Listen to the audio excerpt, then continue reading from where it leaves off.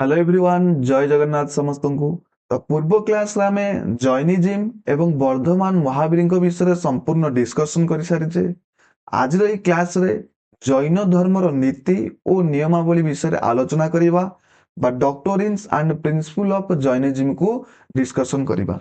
तो सर्वप्रथमे आमे जैनिज्म रो त्रिरत्न विषय डिस्कशन करवा तीनोटी रत्न विषय डिस्कशन करवा। ए तीनोटी रत्न कौन ना ये हूँ गोटे प्रकार नॉलेज बा फिलोसफी आमे कहि परिबा जहा साहाय्य रे आमे मुक्ति लाभ करि परिबा जीवन रु मुक्ति लाभ करिबा एवं जैन धर्मर त्रिरत्न माध्यम रे मुक्ति लाभ करिबा हेउची जीवनर मुख्य लक्ष्य कार ना जैनिज्म मानकर जो माने जैन धर्म को ग्रहण करजंती। तो से तीनोटी रत्न कौन ना प्रथम रत्न हेउची सम्यक श्रद्धा अर्थात विश्वास राइट फेथ अर्थात ठीक विश्वास तीर्थकर मानक उपरे दृढ़ विश्वास रखिबा बिलीव इन तीर्थंकर्स जो तीर्थंकर माने रहिले सेमानक उपरे दृढ़ विश्वास रखिबा केतोटी तीर्थंकर अछंती 24 तीर्थंकर उपरे दृढ़ विश्वास रखिबा सम्यक ज्ञान कहिले कौन ना राइट नॉलेज अर्थात ठीक ज्ञान आहरण करिबा जैन धर्मर प्रकृत तत्व नीति विषय रे ज्ञान आहरण करिबा ए होची सम्यक ज्ञान। सम्यक कर्म कहिले कौन आचरण राइट एक्शन बा conduct practice of the 5 Bhoj of Jainism अर्थात जैन धर्मर जो 5टी मुख्य व्रत रही ताकू निष्ठा भाव रे पालन करिबा कौन कौन ना अहिंसा सत्य आपस्तय अर्थात जेमती काहाकू मरामरी न करिबा अहिंसा चोरी न करिबा मिछ न कहिबा ब्रह्मचर्य पालन करिबा दरकार ठारू अधिक धन न रखिबा जेतिकी आवश्यक सेतिकी रखिबा ये 5टी मुख्य व्रत को निष्ठार सह पालन करिबा ताहाले जाई जीवनर मुक्ति लाभ हेबो बोली जैनिज्म कहूची। एबे जानिबा 5टी जो महाव्रत रही से 5टी महाव्रत कौन कौन 5टी महाव्रत जदि आमे देखिबा प्रथम हेउची अहिंसा जो थे आमे कहा ऊपर हिंसा करिबा नहीं काहाकू मरामरी करिबा नहीं काहाकू टर्चर करिबा नहीं। सेकेंड होउची सत्य नॉन लाइंग अर्थात केबे हेले जीवन रे मिछ कहिबा नहीं प्रथम अहिंसा द्वितीय रे सत्य केबे हेले मिछ कहिबा नहीं अस्तेय चोरी करिबा नहीं केबे काहाठारु चोरी करिबा नहीं अपरिग्रह संपत्ति संचय न करिबा अर्थात जेतिकी आवश्यक सेतिकी जिंस को व्यवहार करिबा सेतिकी संपत्ति रखिबा। 5 नंबर हेउची ब्रह्मचर्य बा संयम सेक्सुअलिटी ऊपर एटा डिस्कशन कराइछि आमे हमर औरस को संचय करी रखिबा आमे संयमतार सहित रहिबा। प्रथम 4टी को पार्श्वनाथ देइथिले पार्श्वनाथ किए ना 23 अर्थात 23 नंबर तीर्थंकर जहांकर स्प्रेंट थिला बा स्नेक थिला सिंबल द्वारा प्रणीत होइथिला ये 4टी भो देइथिले प्रथम 4टी जो रहिथिला ताकू देइथिले पार्श्वनाथ एवं शेष जो ब्रह्मचर्य तांकू जड़ीथिले महावीर ये 5टी ये होचंदे लास्ट बा 24th आंकर सिंबल थिला लायन बा सिंह। क्लियर एबे जानिबा टाइप्स ऑफ नॉलेज जो जैन धर्म रे जो नॉलेज दिया जाइछि से नॉलेज केते प्रकार कौन कौन सबू नॉलेज दिया जाइछि टाइप्स ऑफ नॉलेज ज्ञानर प्रकार भेद कौन कौन सब ज्ञानर प्रकार भेद देखिबा। मति ज्ञान प्रथम ज्ञान हेउछि मति ज्ञान इंद्रिय एवं मनर कार्यकलाप माध्यम रे मिलुथिबा ज्ञान मनर कार्यकलाप एवं इंद्रिय जेते सब हमर सेंस ऑर्गन अछि इंक्लूडिंग द माइंड या थ्रू जो हमको ज्ञान मिलता है ताको हमें मति ज्ञान बोली कहिताऊ। सरुत ज्ञान कौन ना नॉलेज रिवील्ड बाय स्क्रिप्चर्स अर्थात धर्म ग्रंथ शास्त्र रु प्राप्त हेउथिबा ज्ञान को आमे सरुत ज्ञान बोली कहिताऊ। अवधि ज्ञान कौन ना दूरवर्ती किंबा अतीन्द्रिय वस्तु को देखिबार दिव्य शक्ति बा ज्ञान अतीन्द्रिय देश को ବା ଯୋଉ ଜାଗାକୁ ଆମେ ଯାଇପାରିବାନି ଅତୀନ୍ଦ୍ରିୟ ବସ୍ତୁକୁ ଦେଖିବାର ଜ୍ଞାନକୁ ଆମେ ଅବଧି ଜ୍ଞାନ କହିଥାଉ ଏବଂ ଅନ୍ୟର ମନ ଭାବନାକୁ ବୁଝିପାରୁଥିବା ଜ୍ଞାନକୁ ମନ ପର୍ଯ୍ୟାୟ ଜ୍ଞାନ କହିଥାଉ ବା ଟେଲିପାଥିକ୍ ନଲେଜ ଅଣ୍ଡରଷ୍ଟାଣ୍ଡିଂ ଅଦର୍ସ ମାଇଣ୍ଡ ଆକୁ ବି ମଧ୍ୟ ଶିଖାଯାଇଥାଏ। ଏହି ପ୍ରକାର ଜ୍ଞାନ ଜୈନିଜିମରେ ସବୁ ଦିଆଯାଇଥାଏ ଏବଂ ଯିଏ ସମ୍ପୂର୍ଣ୍ଣ ଜ୍ଞାନ ପାଇଥାଏ ତାକୁ କୈବଲ୍ୟ ଜ୍ଞାନ ବୋଲି କୁହାଯାଇଥାଏ। ସର୍ବୋଚ୍ଚ ବା ପୂର୍ଣ୍ଣ ଜ୍ଞାନ ସର୍ବଜ୍ଞାତ ଜ୍ଞାନ ଅର୍ଥାତ୍ ଯିଏ ସବୁ କିଛି ଜାଣି ସାରିଛି ତାକୁ ଆମେ କୈବଲ୍ୟ ବୋଲି କହିବା। ଯାହାକୁ ପାଇଥିଲେ ମହାବୀର।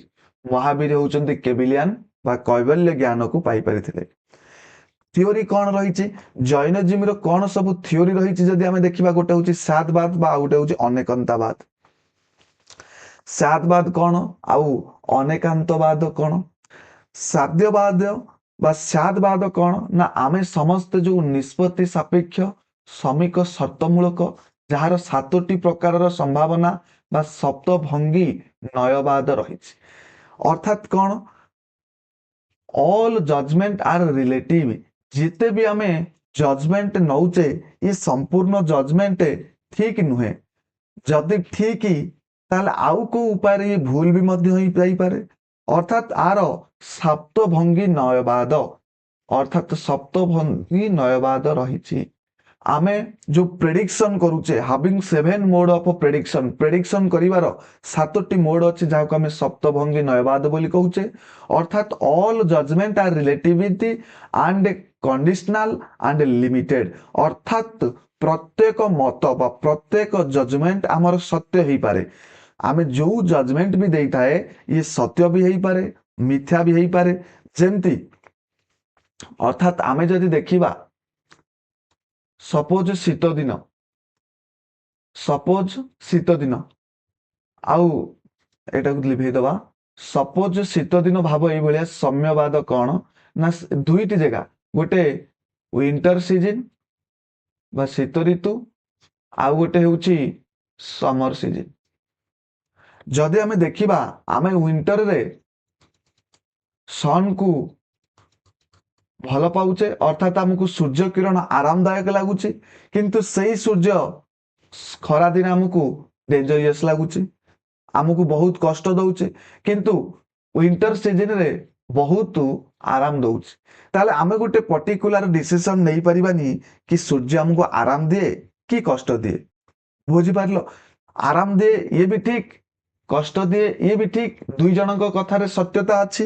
ସେଥିପାଇଁ ଅଲ୍ ଜଜମେଣ୍ଟ ଆର୍ ରିଲେଟିଭ ଇଏ ହେଉଛି ସାତବାଦ। ଆକୁ ବୁଝିବା ବି ଏତେ ଇମ୍ପୋର୍ଟାଣ୍ଟ ନୁହେଁ, ଆକୁ ମନେ ରଖିଦେବା ଦରକାର। ସାତବାଦରେ ରହିଛି ସପ୍ତଭଙ୍ଗୀ ନୟବାଦ ଏବଂ ଅନେକାନ୍ତବାଦ। ଯଦି ଆମେ ଦେଖିବା ଅନେକାନ୍ତବାଦ କ'ଣ ନା ସମସ୍ତଙ୍କର ଭିନ୍ନ ଭିନ୍ନ ମତ ରହିଛି। ସମସ୍ତଙ୍କର ଭିନ୍ନ ଭିନ୍ନ ମତ ରହିଛି ଅର୍ଥାତ୍ ବାସ୍ତବତା କିମ୍ବା ସତ୍ୟର ବହୁମୁଖୀ ବା ବହୁବିଧ ରୂପ ଥାଏ। ଆମକୁ ଯୋଉଟା ଠିକ ଲାଗୁଛି ହୁଏତ ସେ ଆଉ କାହା ପାଇଁ ଭୁଲ ହେଇଥାଇପାରେ। ଇଏ ହେଉଛି ଅନେକାନ୍ତବାଦ ଫିଲୋସଫି। କ'ଣ ନା ଦେଖ ଏଠି 5 ଜଣ ଅନ୍ଧ ଅଛନ୍ତି। 1 2 3 4 5। ଇଏ 5 ଜଣ ଅନ୍ଧ ହାତୀକୁ ସମସ୍ତେ ଧରିଛନ୍ତି। ଯିଏ ହାତୀର କାନକୁ ଧଇଲା ତାକୁ ଯେମିତି କୁଲାପୁରୀ ଲାଗିଲା, ଯିଏ ହାତୀର ଶୁଣ୍ଢକୁ ଧଇଲା ତାକୁ ଯେମିତି ଗୋଟେ ସାପ ପରି ଲାଗିଲା କି ଗୋଟେ ବିରାଟ ସାପକୁ ସେ ଧରିଛି, ବିରାଟ ସାପକୁ ଧରିଛି। ଯିଏ ହାତୀର ଦାନ୍ତକୁ ଧଇଲା, ଯିଏ ହାତୀର ଦାନ୍ତକୁ ଧଇଲା ତାକୁ ଲାଗିଲା ଇଏ ଗୋଟେ ଯୁଦ୍ଧାସ୍ତ୍ର ବା ଭାଲା ପରି ତାକୁ ଲାଗିଲା। ଯିଏ ହାତୀର ପେଟକୁ ଧଇଲା ତାକୁ ଏକ କାନ୍ଥ ପରି ଲାଗିଲା। ଯିଏ ହାତୀର ଗୋଡକୁ ଧରିବ ତାକୁ ପିଲର ପରି ଲାଗୁଛି। ଯିଏ ହାତୀର ଲାଞ୍ଜ ଧରୁଛି ତାକୁ ଏକ ସରୁ ଦଉଡ଼ି ଭଳି ଲାଗୁଛି। କିନ୍ତୁ ଇଏ ସମସ୍ତେ ସମସ୍ତଙ୍କ ଜାଗାରେ ଠିକ ଅଛନ୍ତି, ସମସ୍ତେ ନିଜ ନିଜ ଜାଗାରେ ସତ ହିଁ କହୁଛନ୍ତି। ଆକୁ ହିଁ କୁହାଯାଏ ଅନେକନ୍ତାବାଦ। ଅର୍ଥାତ୍ ଅନେକଙ୍କର ମତ ରହିଛି ଏବଂ ସମସ୍ତଙ୍କର ମତ କିଛି ନା କିଛି ସତ, କିନ୍ତୁ ସମ୍ପୂର୍ଣ୍ଣ ସତକୁ କେହି ଦର୍ଶାଇ ପାରି ନାହାନ୍ତି। ଆକୁ କୁହାଯାଏ ଅନେକାନ୍ତବାଦ। କ୍ଲିୟର? ଦେନ୍ ଦେଖିବା କ'ଣ ନା କୋର ପ୍ରିନ୍ସିପୁଲ କହିଲେ କ'ଣ ନା ମହାବୀରଙ୍କ ଦ୍ୱାରା ପ୍ରଚାରିତ ମୂଳ ନୀତି। କ'ଣ କ'ଣ ସବୁ ମୂଳ ନୀତି ରହିଛି ଯୋଉଟାକୁ ପ୍ରଚାର ହେଇଥିଲା କାହା ଦ୍ୱାରା ନା ବର୍ଦ୍ଧମାନ ମହାବୀରଙ୍କ ଦ୍ୱାରା, ଯିଏ ହେଉଛନ୍ତି ରିଏଲ ଫାଉଣ୍ଡର ଅଫ ଜୈନିଜିମ୍। ବେଦର ପ୍ରମାଣିକତା ଏବଂ ବୈଦିକ କର୍ମକାଣ୍ଡକୁ ଅସ୍ୱୀକାର କରିଥିଲେ। ବେଦର ପ୍ରାମାଣିକତା ଏବଂ ବୈଦିକ କର୍ମକାଣ୍ଡକୁ ଅସ୍ୱୀକାର କରିଥିଲେ। ଯେମିତି ଆମ ଯଜ୍ଞ ମାଧ୍ୟମରେ ହେଉଛି, ଆମେ ଯଜ୍ଞ କରୁଛେ, ବଳି ପ୍ରଥା, ବର୍ଣ୍ଣ ଏସବୁକୁ ଅସ୍ୱୀକାର କରିଥିଲେ। ଈଶ୍ୱରଙ୍କୁ ସ୍ରଷ୍ଟା ଭାବରେ ବିଶ୍ୱାସ କରୁନଥିଲେ। ସେମାନେ ବିଶ୍ୱାସ କରୁନଥିଲେ ବର୍ଦ୍ଧମାନ ମହାବୀର କି ଗଡ୍ ଇଜ୍ ଏ କ୍ରିଏଟର ବା ଗଡ୍ ଆଜ୍ ଏ କ୍ରିଏଟର, ଭଗବାନ ଏ ଦୁନିଆକୁ ତିଆରି କରିଛନ୍ତି ବୋଲି ସେ ବିଶ୍ୱାସ କରୁନଥିଲେ। କର୍ମଫଳ ଏବଂ ଆତ୍ମାର ପୁନର୍ଜନ୍ମ ପରିବର୍ତ୍ତନ ଉପରେ ବିଶ୍ୱାସ କରୁଥିଲେ। ସେ ବିଶ୍ୱାସ କରୁଥିଲେ କି ବିଲିଭଡ୍ ଇନ୍ କର୍ମା, ଅର୍ଥାତ୍ ନିଜର କର୍ମ ଉପରେ ସେ ବିଶ୍ୱାସ କରୁଥିଲେ। ଏବଂ ସେ କହୁଥିଲେ କି ଟ୍ରାନ୍ସମାଇଗ୍ରେସନ ଅଫ ସାଉଲ, ଅର୍ଥାତ୍ ପରବର୍ତ୍ତୀ ସମୟରେ ପୁଣି ଥରେ ଆମର ପୁନର୍ଜନ୍ମ ହବ। ସାମାଜିକ ଏବଂ ଆଧ୍ୟାତ୍ମିକତା ସମାନ ଉପରେ ଗୁରୁତ୍ୱ ଦେଉଥିଲେ। ସାମାଜିକ ଏବଂ ଆଧ୍ୟାତ୍ମିକତା ସମାନତା ଉପରେ ଗୁରୁତ୍ୱ ଦେଉଥିଲେ। ଆଉ ଗୋଟେ ଜିନିଷ ବି ଯଦି ଆମେ ଦେଖିବା କି ଜୈନିଜିମ୍ ଚାରୋଟି ବର୍ଣ୍ଣ, କିନ୍ତୁ ଏ ୱାର୍କ ବା ପ୍ରଫେସନ ହିସାବରେ ଡିଭାଇଡ କରାଯାଇଛି। କଣ ନା ଜୈନିଜିମ୍ ଏ ଚାରୋଟି ବର୍ଣ୍ଣକୁ ବିଲିଭ କରୁଥିଲା କି ବ୍ରାହ୍ମଣ, କ୍ଷତ୍ରିୟ, ବୈଶ୍ୟ, ଶୂଦ୍ର ଆଙ୍କ ଉପରେ ବିଲିଭ କରୁଥିଲା, କିନ୍ତୁ ବାୟ ପ୍ରଫେସନ ବା ବାୟ ୱାର୍କ, କାମ ହିସାବରେ ଏମାନଙ୍କୁ ଡିଭାଇଡ କରାଯାବା এই କଥାକୁ ବିଶ୍ୱାସ କରୁଥିଲା। କିନ୍ତୁ ବାୟ ବାର୍ଥ ଏସବୁକୁ ବିଶ୍ୱାସ କରୁନଥିଲେ ଜୈନିଜିମ୍। ଦେନ୍ ଦେଖିବା ଜୈନ ସଙ୍ଗୀତି ବା ସଭା କଣ କଣ ସବୁ ଜୈନିଜିମ୍ରେ ସଭା ହେଇଥିଲା। ପ୍ରଥମ କାଉନସିଲ, ଫାଷ୍ଟ ସଭା ହେଇଥିଲା 300 BC ରେ। ସ୍ଥାନ ହେଉଛି ପାଟଳିପୁତ୍ର। ଚେୟାରମ୍ୟାନ ଥିଲେ ସ୍ଥୂଳଭଦ୍ର ବା ଅଧ୍ୟକ୍ଷ ଥିଲେ। ପୃଷ୍ଠପୋଷକତା ଯେ ରାଜା ଯଦି ସମ୍ପୃକ୍ତ ହେଇଥାନ୍ତି ଇଏ ହେଉଛନ୍ତି ବିମ୍ବିସାର। ବିମ୍ବିସାର ଯିଏ ହେଉଛନ୍ତି ଚନ୍ଦ୍ରଗୁପ୍ତଙ୍କ ପୁଅ। ଏବଂ କମ୍ପାଇଲ 12 ଅଙ୍ଗ ଏବଂ 12ଟି ଅଙ୍ଗକୁ କମ୍ପାଇଲ କରାଯାଇଥିଲା ବା ସଂକଳନ କରାଯାଇଥିଲା, ବା 12ଟି ଅଧ୍ୟାୟ, ଆମେ ଏମିତି ବି କହିପାରିବା 12ଟି ଅଧ୍ୟାୟ, କିନ୍ତୁ ଆକୁ ଅଙ୍ଗ ବୋଲି କୁହାଯାଇଥାଏ। ଏବଂ ଆର ସେକେଣ୍ଡ ଆଡିସନ ହେଇଥିଲା 512 AD, 512 ଖ୍ରୀଷ୍ଟାବ୍ଦ। କୋଉ ଜାଗାରେ ନା ବଲ୍ଲଭୀ ଜାଗାରେ ହେଇଥିଲା। ଦେବ୍ରଧି କସରାମ ଆନ୍ନା ଯିଏକି ଆକୁ ଚେୟାରମ୍ୟାନ ଥିଲେ ଆଙ୍କର। ଫାଇନାଲ କମ୍ପୋଜିସନ 12ଟି ଅଙ୍ଗ, 12ଟି ଉପ ଅଙ୍ଗ ଏବଂ ଅନ୍ତିମ ସକଳ, ଅର୍ଥାତ୍ ଇଏ ଥିଲା ତାଙ୍କର ଅନ୍ତିମ ସଂକଳନ, ଯେଉଁଥିରେ ଏଇ କାଉନସିଲରେ କଣ ନା ସବୁ ରୁଲ ରେଗୁଲେସନ ବା teaching method, teaching of Mahavir କଣ ଶିଖେଇକି ଯାଇଛନ୍ତି ତାଙ୍କୁ କମ୍ପାଇଲ କରାଯାଉଥିଲା। ପ୍ରଥମ କାଉନସିଲରେ 12ଟି ଅଙ୍ଗ ଆସିଥିଲା ଏବଂ ଦ୍ୱିତୀୟ କାଉନସିଲରେ 12ଟି ଅଙ୍ଗ, 12ଟି ଉପ ଅଙ୍ଗ ଆସିଥିଲା। ଇଏ ଥିଲା ଦୁଇଟି କାଉନସିଲ ଜୈନିଜିମ୍ର। ଏବେ ଜାଣିବା ଡିଭିଜନ ଅଫ ଜୈନିଜିମ୍, ଜୈନ ଧର୍ମର ସମ୍ପ୍ରଦାୟ ବା କିପରି ଭାବରେ ଜୈନିଜିମ୍ ଡିଭାଇଡ ହେଲା। ଯେ ଦେଖିବା ଖ୍ରୀଷ୍ଟପୂର୍ବ ବା 290 BC ରେ ମଗଧର ଏକ ଭୟଙ୍କର ଦୁର୍ଭିକ୍ଷ ପଡ଼ିଲା, ଯାହା ଯୋଗୁଁ ଭଦ୍ରବାହୁ ଏବଂ ଚନ୍ଦ୍ରଗୁପ୍ତ ମୌର୍ୟଙ୍କ ନେତୃତ୍ୱରେ ଜୈନ ସୈନ୍ୟମାନେ ବା ଯେଉଁମାନେ ଜୈନ ଧର୍ମକୁ ଗ୍ରହଣ କରିଥିଲେ ସେମାନେ ଦକ୍ଷିଣରେ ଥିବା ଭାରତର ଶ୍ରବଣବେଳାକୁ ଚାଲି ଯାଇଥିଲେ। କୋଉ ଜାଗାକୁ ନା ଶ୍ରବଣବେଳଗୋଲାକୁ ଚାଲି ଯାଇଥିଲେ। ଏଇ ଶ୍ରବଣବେଳଗୋଲାରେ ଚନ୍ଦ୍ରଗୁପ୍ତ ମୌର୍ୟ ସଲ୍ଲେଖନା ମଧ୍ୟ ପ୍ରାକ୍ଟିସ କରିଥିଲେ, ବା ସଲ୍ଲେଖନା କହିଲେ କଣ ନା ଉପବାସ ରହି ଦେହ ତ୍ୟାଗ କରିବା, ଅର୍ଥାତ୍ କିଛି ଖାଇବା ନାହିଁ, ସେମିତି ରହି ରହି କିଛି ପିଇବା ନାହିଁ, ଉପବାସ ରହିକିରି ଆମ ନିଜ ଦେହକୁ ନିଜେ ତ୍ୟାଗ କରିବା। ଧୀରେ ଧୀରେ ପ୍ରାଣ ତ୍ୟାଗ ହବ, ଆକୁ ସଲ୍ଲେଖନା ବୋଲି କୁହାଯାଏ। ଆକୁ କିଏ ପ୍ରାକ୍ଟିସ କରିଥିଲେ ନା ଚନ୍ଦ୍ରଗୁପ୍ତ ମୌର୍ୟ। କୋଉ ଜାଗାରେ ନା ଏଇଠି ଶ୍ରବଣବେଳଗୋଲାରେ ପ୍ରାକ୍ଟିସ କରିଥିଲେ। ଶ୍ରବଣବେଳଗୋଲାର ଗୋମଟେଶ୍ୱର ପ୍ରତିମା ସେଇଠି ଅଛି। ଗୋମଟେଶ୍ୱର ପ୍ରତିମା 1991 ଖ୍ରୀଷ୍ଟାବ୍ଦରେ ଗଙ୍ଗବଂଶର ରାଜା ରଚମଲଙ୍କ ମନ୍ତ୍ରୀ ଚାମୁଣ୍ଡା ରାୟଙ୍କ ଦ୍ୱାରା ନିର୍ମିତ ହୋଇଥିଲା। ଗୋମତେଶ୍ୱର ଟେମ୍ପଲ ବା ଗୋମତେଶ୍ୱର ଷ୍ଟାଚୁ ବୋଲି କହିପାରିବା। କୋଉ ଜାଗାରେ ନା ସେଇ ଶ୍ରବଣବେଳଗୋଲା ଠାରେ। କ୍ଲିୟର? ଯୋଉ ଜାଗାରେ ଚନ୍ଦ୍ରଗୁପ୍ତ ମୌର୍ୟ ସଲେଖନା ପ୍ରାକ୍ଟିସ କରିଥିଲେ। ଏବଂ ଏଇ ଜାଗାରେ କଣ ହୁଏ ନା ମହାସ୍ତି ବେଶକ ଅର୍ଥାତ ଏଇ ଯୋଉ ପୂଜା ରହିଛି ପାରୁଷ୍ୟାନା ଫେଷ୍ଟିଭାଲରେ ବି ମଧ୍ୟ ୟାକୁ ଆମେ କଭର କରିବା। ମହାସ୍ତଭିଷେକ ହେଉଛି ଗୋମେତେଶ୍ୱର ପ୍ରତିଭା ଶ୍ରବଣଗୋଲା ଠାରୁ ପ୍ରତିବର୍ଷ 12 ବର୍ଷରେ ଥରେ ଅନୁଷ୍ଠିତ ହେଉଥିବା ଏକ ପ୍ରସିଦ୍ଧ ଜୈନ ଉତ୍ସବ। କ୍ଲିୟର, ଆକୁ ମନେ ରଖିବ, ଯାହାକୁ ଆମେ ମହାସ୍ତଭିଷେକ ବା ଗ୍ରାଣ୍ଡ ଜୈନ ଫେଷ୍ଟିଭାଲ ବୋଲି କହୁଛେ। ଇଏ ପ୍ରତି 12 ବର୍ଷକୁ ଥରେ ହୁଏ। ପ୍ରତି 12 ବର୍ଷକୁ ଥରେ ହୁଏ। ଏଟା ଭୁଲ ଲେଖି ଯାଇଛି। ଇଏ ପ୍ରତି 12 ବର୍ଷକୁ ଥରେ ହୁଏ। ଗୋଟେ ଜୈନିଜିମଙ୍କର ଗୋଟେ ବହୁତ ବଡ ଫେଷ୍ଟିଭାଲ। ମଗଧରେ ରହିଯାଇଥିବା ସନ୍ନ୍ୟାସୀ ଯୋଉମାନେ ମଗଧରେ ରହିଗଲେ, ଆମେ ପଢିଲେ କି 298 298 ବିସିରେ ଚନ୍ଦ୍ରଗୁପ୍ତ ମୌର୍ୟ ଏବଂ ଭଦ୍ରବାହୁ ପଳେଇଥିଲେ ଭାରତର ଦକ୍ଷିଣକୁ ପଳେଇଥିଲେ, ଯୋଉଟା ହଉଛି ଶ୍ରବଣ ବେଳଗୋଲା। ସେଠି ଯାଇକିରି ଚନ୍ଦ୍ରଗୁପ୍ତ ସଲେଖନା ବି ମଧ୍ୟ ପ୍ରାକ୍ଟିସ କରିଥିଲେ। କିନ୍ତୁ ଯୋଉମାନେ ମଗଧରେ ରହିଯାଇଥିଲେ ସେମାନେ ସ୍ଥୂଳଭଦ୍ରଙ୍କ ନେତୃତ୍ୱରେ ନେଇଥିଲେ ଜୈନିଜିମକୁ ପ୍ରାକ୍ଟିସ କରୁଥିଲେ। କିନ୍ତୁ ଧୀରେ ଧୀରେ ସେମାନେ ବଦଳି ଯାଇଥିଲେ। ସେମାନେ ପରିସ୍ଥିତିରେ ପଡିକିରି ଧଳା ବସ୍ତ୍ରକୁ ବ୍ୟବହାର କରିବାକୁ ଲାଗିଲେ ବା ପରିଧାନ କରିବାକୁ ଲାଗିଲେ।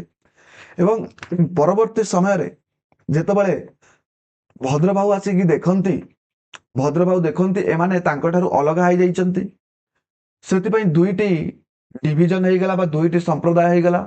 ଗୋଟେ ସ୍ଥୂଳଭଦ୍ରଙ୍କ ନେତୃତ୍ୱରେ ଶ୍ଵେତାମ୍ବର କହିଲେ ଯୋଉମାନେ ଧଳା ବସ୍ତ୍ରକୁ ପିନ୍ଧନ୍ତି, ଦିଗମ୍ବର ବା ସ୍କାଏ କଲର, ଦିଗମ୍ବର ଆକାଶ ରୂପୀ ବସ୍ତ୍ର ବା ନଗ୍ନ। ଏମାନେ ସାଧାରଣତଃ ଭଦ୍ରବାହୁଙ୍କ ନେତୃତ୍ୱରେ ନଗ୍ନ ରୁହନ୍ତି, ସମ୍ପୂର୍ଣ୍ଣ ଭାବରେ ନଗ୍ନ, କୌଣସି ବି ବସ୍ତ୍ରକୁ ପରିଧାନ କରନ୍ତିନି। ଏ ଦୁଇ ପ୍ରକାର ଜୈନିଜିମକୁ ଆମକୁ ଦେଖିବାକୁ ମିଳେ। ଏବେ ପଢିବା ଜୈନ ସାହିତ୍ୟ ଉପରେ କଣ ସବୁ ଲେଖିକି ଯାଇଛନ୍ତି ଜୈନର ପୂର୍ବପୁରୁଷ ମାନେ, ଜୈନ ଧର୍ମର କଣ ସବୁ ଲିଟରେଚର ରହିଛି। ଶ୍ଵେତାମ୍ବର ମାନଙ୍କର ପବିତ୍ର ସାହିତ୍ୟ ଅର୍ଦ୍ଧଗ୍ରାମୀ ପ୍ରାକୃତ ଭାଷାରେ ଲେଖାଯାଇଛି। ଅର୍ଥାତ୍ sacred literature of Shvetambara is written କଣ ଅର୍ଦ୍ଧମାଗଧୀ ମନେ ରଖିବ। ଅର୍ଦ୍ଧମାଗଧୀ କୋଉ ଲାଙ୍ଗୁଏଜରେ ନା ପ୍ରାକୃତ ଆଣ୍ଡ କନସିଷ୍ଟ ଅଫ 12 ଅଙ୍ଗ, 12 ଉପବଙ୍ଗ, 10ଟି ଆମେ ଯଦି ଦେଖିବା ପକୀର୍ଣ୍ଣ, 10ଟି ପକୀର୍ଣ୍ଣ ରହିଛି, 6ଟି ଛେଦ୍ର ସୂତ ରହିଛି, 4ଟି ମଳସୂତ୍ର ରହିଛି, 2ଟି ସୂତ୍ରଗ୍ରନ୍ଥ ଅନ୍ତର୍ଭୁକ୍ତ। ଏଇଟା କାହାର ନା ଶ୍ଵେତାମ୍ବରଙ୍କର। ନା କଣ ମନେ ରଖିବ ଅର୍ଦ୍ଧମାଗଧୀ। ଏବଂ 14 ପୂର୍ବ ବା ପର୍ବ ବି ଆମେ ଦେଖିବା, ଯଦି 14ଟି ପୂର୍ବ ବା ପର୍ବ କଣ ନା ଏହା 12ଟି ଅଙ୍ଗର ଏକ ଭାଗ, ମହାବୀରଙ୍କ ଉପଦେଶ ଧାରଣ କରିଥିବା ସବୁଠାରୁ ପ୍ରାଚୀନ ଗ୍ରନ୍ଥ। କଣ ନା 14 ପୂର୍ବଜ ବା 14 ପର୍ବ। ଏଥିରେ 12ଟି ଅଙ୍ଗର ଏକ ଭାଗ ଅଛି। ଏଥିରେ ମହାବୀରଙ୍କ ଉପଦେଶ ଓ ଧାରଣା କରିଥିବା ସବୁଠାରୁ ପ୍ରାଚୀନ ଗ୍ରନ୍ଥ ବୋଲି କୁହାଯାଏ। କଳ୍ପସୂତ୍ର କଣ ନା ଭଦ୍ରବାହୁଙ୍କ ଦ୍ଵାରା ରଚିତ, ଯିଏ ହଉଛନ୍ତି ଦିଗମ୍ବରଙ୍କର ଫାଉଣ୍ଡର। ଭଦ୍ରବାହୁଙ୍କ ଦ୍ଵାରା ସଂସ୍କୃତ ଭାଷାରେ ରଚିତ କଳ୍ପସୂତ୍ର। ଆଉ କଣ ଲିଟରେଚର ଅଛି। ପରିଶିଷ୍ଟ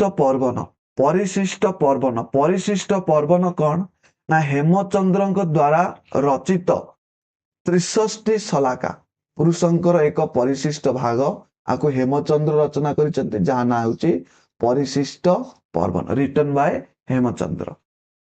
example of Jain architecture, Jain ସ୍ଥାପତ୍ୟର ଉଦାହରଣ ଯଦି ଦେଖିବା, ଜୈନଜୀବୀଙ୍କର କଣ ସବୁ ଆର୍କିଟେକ୍ଚର ଥିଲା।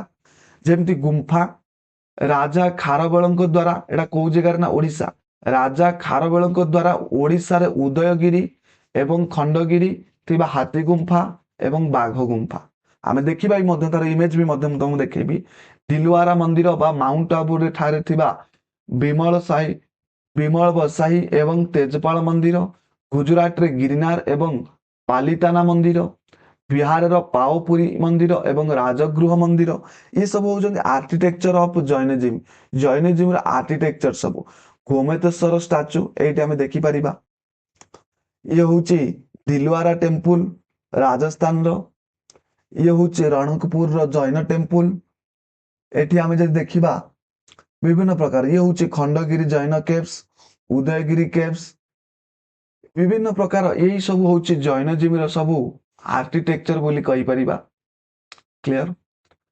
एबे पढ़िबा royal patterns of Jainism Jain धर्मर राजकीय पृष्ठपोषकता अर्थात को राजा माने जैनिज्म को सपोर्ट करथिले। जदि आमे नॉर्थ इंडिया देखिबा मगधर शासक वृंद जेते सबू मगधर शासक माने अछंती से माने पसंद करुथिले।